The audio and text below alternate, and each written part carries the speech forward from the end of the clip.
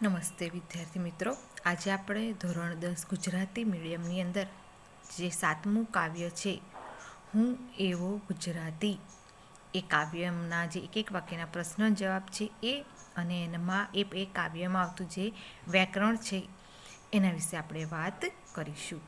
તો પહેલાં આપણે એક વાક્યમાં પ્રશ્ન જવાબ જે છે એના વિશે વાત કરીએ. એ એમસીક્યુમાં તરીકે પણ પૂછાઈ શકે છે. તો આપણે જોઈએ પહેલો પ્રશ્ન. સૌ ગુજરાતીઓના શ્વાસમાં શું વહે છે? કાવ્યના આધારે જણાવો.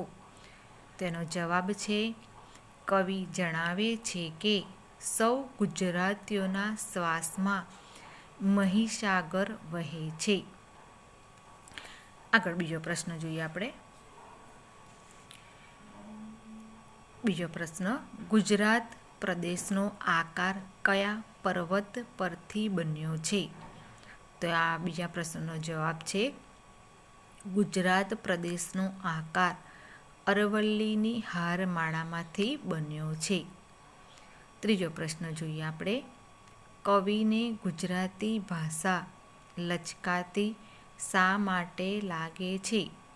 એનો જવાબ છે ગુજરાતી ભાષામાં સમાયેલા દરેક અક્ષરોનો મરોડ સુંદર અને આકર્ષક હોવાથી કવિને ગુજરાતી ભાષા લચકાતી, મચકાતી, નવલી નમણી નાર જેવો લાગે છે. ફરી આ પ્રશ્ન જોઈએ આપણે. કવિને ગુજરાતી ભાષા લચકાતી શા માટે લાગે છે? તેનો જવાબ છે ગુજરાતી ભાષામાં સમાયેલા અક્ષરોનો મરોડ સુંદર અને આકર્ષક હોવાથી કવિની ગુજરાતી ભાષા લચકાતી, મચકાતી, નવલી નમણી નાર જેવો લાગે છે. આગળ પ્રશ્ન ચોથો જોઈએ. નવરાત્રિનો ગર્ભદીપ હું, આ પંક્તિમાં કવિ કઈ ભાવના સમાયેલી છે? આ પ્રશ્ન છે એ 2-3 વાક્યમાં પણ પૂછાઈ શકે છે. તો આ પ્રશ્ન જવાબ જોઈએ આપણે. નવરાત્રિ એ રાત્રિનો તહેવાર છે, છતાં સમગ્ર ગુજરાત દિવાળી સમાન દીપમાળાની અસંખ્ય શૃંખલાથી ઝળહળી ઉઠે છે ને નવરાત્રિનો તહેવાર ધામધૂમથી સૂર્યાસ્ત પછી ને મધ્યરાત્રિ પર્યંત મનાવે છે. તેમ કવિની ભાવના એ દર્શાવે છે કે નવરાત્રિના તહેવારનું ખરું તેજ હું ગુજરાતી છું. બીજો પ્રશ્ન આપણે આગળ જોઈએ. 5મો પ્રશ્ન. કવિને કઈ ધરતી પર જઈને અમૃત રસનું પાન થયાનું લાગે છે? આ પ્રશ્ન ઘણી વખત પૂછાઈ ગયો છે. તેનો જવાબ છે કવિને દ્વારિકાની ધરતી પર સૌ ભક્તજનને અમૃત રસનું પાન થયાનું લાગે છે. આગળ 6થો પ્રશ્ન જોઈએ આપણે. હું એવો ગુજરાતી કાવ્યમાં કવિ કયા પ્રદેશમાં દુહા છંદની રમઝટ થાય છે એમ જણાવે છે? તો આનો જવાબ છે કવિ જણાવે છે કે ગુજરાત પ્રદેશમાં દુહા છંદની રમઝટ થાય છે. બરાબર, કે ગુજરાતની અંદર કે છે દુહા છંદ જે છે, બરાબર, એના ડાયરો થાય છે, એની કથા થાય છે. એટલે કવિ કહે છે કે ગુજરાત પ્રદેશમાં દુહા અને છંદની રમઝટ આપણને જોવા મળે છે. આગળ આપણે પ્રશ્ન જોઈએ 7મો. કવિએ પ્રસ્તુત કાવ્યમાં મીરા તેમજ નરસિંહ મહેતાને કઈ વિશેષતા માટે યાદ કર્યા છે? આ પણ આઈએમપી છે, બરાબર. આની અંદર એક વાક્યનો પ્રશ્ન જવાબ પૂછાય ને કે એમસીક્યુ તરીકે, તો એમાં મીરાબાઈ વિશે પણ અલગ પૂછાય છે અને નરસિંહ મહેતા વિશે પણ, એટલે કે બંને અલગ અલગ તરીકે પણ એક વાક્યમાં પૂછાઈ શકે છે. તો એનો જવાબ છે મીરાની કરતાલ અને નરસિંહ મહેતાના પ્રભાત્યા. એમની આ વિશેષતા માટે કવિએ નરસિંહ મહેતા, મીરાબાઈને યાદ કર્યા છે. બરાબર, મીરાબાઈ એવું પૂછે કે કવિએ હું એવો ગુજરાતી કાવ્યમાં મીરાબાઈની કઈ વિશેષતા માટે યાદ કર્યા છે? તો મીરાની કરતાલ અને નરસિંહ મહેતા માટે યાદ કર્યા છે. તો શા માટે એમને યાદ કર્યા છે? તેમના પ્રભાત થયા. એટલે આ પ્રશ્નોના જવાબ અલગ અલગ રીતે પણ પૂછાઈ શકે છે. આગળ 8મો પ્રશ્ન જોઈએ આપણે. કવિએ કાવ્યમાં મહાત્મા ગાંધી અને સરદાર વલ્લભભાઈની કઈ વિરોધી લાક્ષણિકતાને દર્શાવી છે? આ પ્રશ્ન પણ આઈએમપી છે, એ પણ પૂછાઈ શકે એવો છે. તો એનો જવાબ છે કાવ્યમાં કવિએ મહાત્મા ગાંધીનું મૌન, જ્યારે સરદાર વલ્લભની હાકલ, આ બે વિરોધાભાસી લાક્ષણિકતાને દર્શાવી છે. બરાબર. આ ખાલી જગ્યા કે એમસીક્યુ તરીકે એક વાક્યમાં અલગ અલગ રીતે મહાત્મા ગાંધીની વિશેષતા કઈ હતી, તેમનું મૌન, અને સરદાર વલ્લભભાઈની વિશેષતા કઈ હતી, તો હાકલ. બરાબર. આ પણ એક વાક્યમાં કહે કે એમસીક્યુ તરીકે કે જોડકામાં ગમે તે રીતે પણ આ પ્રશ્ન પણ અલગ અલગ રીતે પૂછાઈ શકે છે. આગળ આપણે 9મો પ્રશ્ન જોઈએ. કવિ સંતોના સ્મિતને કેવું જણાવે છે? આ પણ મોસ્ટ આઈએમપી છે, પૂછાઈ ગયેલો પ્રશ્ન છે. કવિ સંતોના સ્મિતને સૌમ્ય જણાવે છે. 10મો પ્રશ્ન જોઈએ આપણે. કવિના મત અનુસાર મહાત્મા ગાંધીનું હથિયાર કયું છે? તો એનો જવાબ છે કવિએ આ કાવ્યમાં સત્યને મહાત્મા ગાંધીના હથિયાર તરીકે ગણાવેલ છે. 11મો પ્રશ્ન આપણે જોઈએ.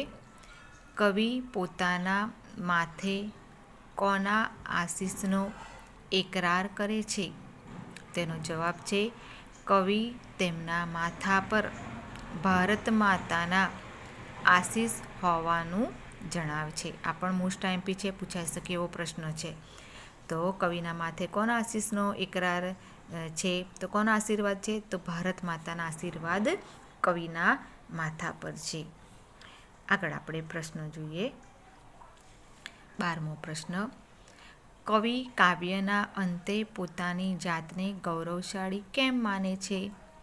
તેનો જવાબ છે ભારત માતાનો એક અંશ હોવાનું કવિ કાવ્યમાં જણાવે છે, અને તેથી કવિ આ વાતનું ગૌરવ અનુભવે છે.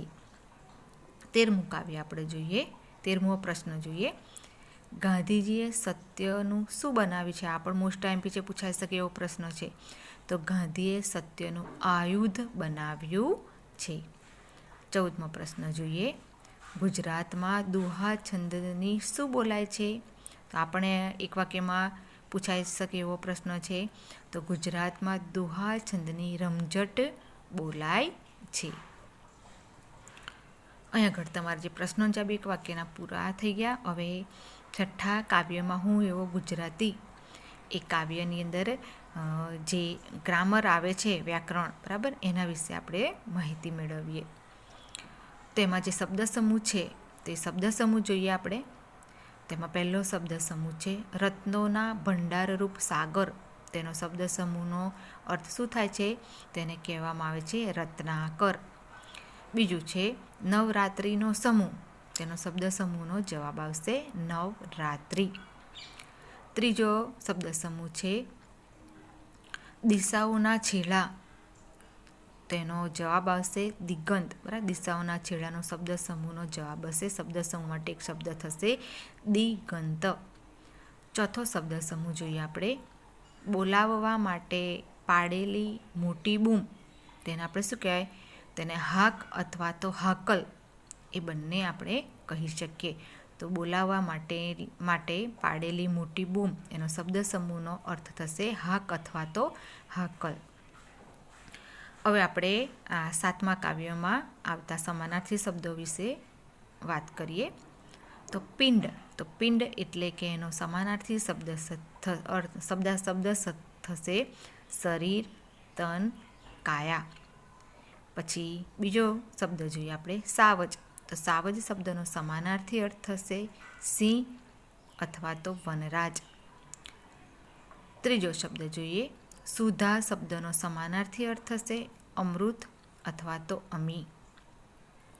નિત્ય શબ્દનો સમાનાર્થી અર્થ થશે હંમેશા, દરરોજ. શિર શબ્દનો સમાનાર્થી અર્થ થશે મસ્તક, માથું. ભૃંગ શબ્દનો સમાનાર્થી અર્થ થશે ભમરો અથવા તો ભ્રમર. આયુધ શબ્દનો સમાનાર્થી અર્થ થશે શસ્ત્ર અથવા તો હથિયાર. ધવલ શબ્દનો સમાનાર્થી અર્થ થશે શ્વેત, સફેદ. તલવાર શબ્દનો સમાનાર્થી અર્થ થશે અશી અથવા તો ખડગ. ઢાક શબ્દનો સમાનાર્થી અર્થ થશે ડર અથવા તો બીક.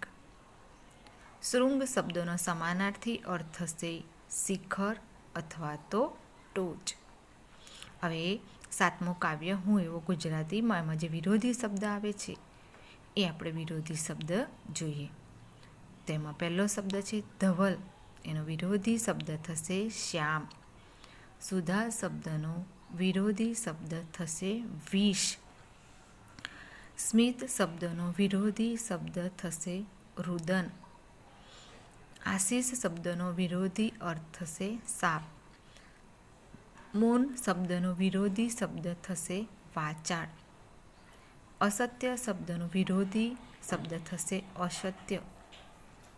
સૌમ્ય શબ્દનો વિરોધી અર્થ થશે રૌદ્ર. શ્વાસ શબ્દનો વિરોધી અર્થ થશે ઉચ્છ્વાસ. હવે આપણે તળપદા શબ્દ જોઈએ. એનો પહેલો શબ્દ છે પરભાતી, એનો તળપદા શબ્દનો શબ્દ થશે પ્રભાતિયા. ગોખ શબ્દનો તળપદા શબ્દનો અર્થ થશે ગોખલો. હાક શબ્દનો તળપદા શબ્દ થશે મોટેથી બૂમ પાડવી. તો અહીંયા આગળ તમારું જે સાતમું કાવ્ય છે તે સાતમું કાવ્ય હું એવો ગુજરાતી એના એક વાક્યના પ્રશ્નોનો જવાબ અને એ કાવ્યમાં આવતું જે વ્યાકરણ છે એ આગળ પૂર્ણ થાય છે. Thank you.